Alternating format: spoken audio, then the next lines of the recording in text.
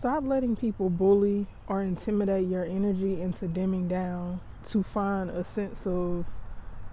peace that is not realistic. I think it's important to understand just because you are caught creating a so-called peace on the outside of you doesn't mean that that is actual peace. Actual peace comes from within, and sometimes protecting that peace looks chaotic on the outside, especially when you are dealing with people that are manipulators or narcissists or sociopaths or whatever the case may be. I think it's important to understand that it's important to stand up and advocate for yourself in any situation. Sometimes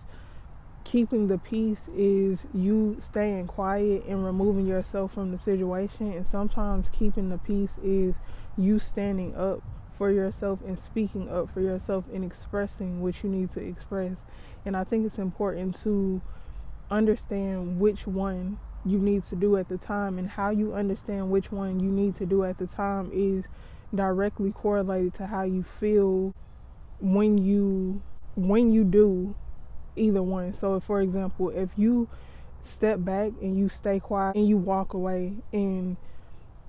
you still feel a sense of chaos, and I'm not talking about a sense of chaos of trying to get somebody else's validation to feel the way you feel. I'm talking about a sense of chaos to where I'm not talking about a sense of validation, and I'm not talking about coming from your ego. I'm talking about coming from a space of when you sit down and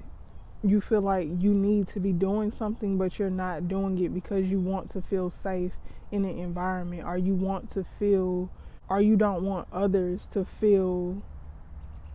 intimidated by you. I think it's important to understand that, to have discernment on when to speak up or when to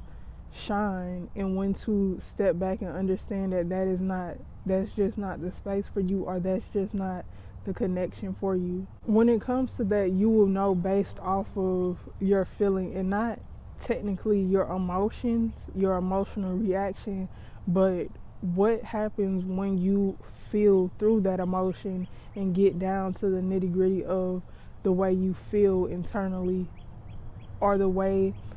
your energy is reacting to it. So for example, if you feel like you need to speak up and then you step back, you take a pause and you allow yourself to feel your emotions or analyze your emotions, and you realize that it's not something that you need to say, or it's not something that you need to do, or it is something that you need to do and say, taking that action upon the understanding that you have gotten from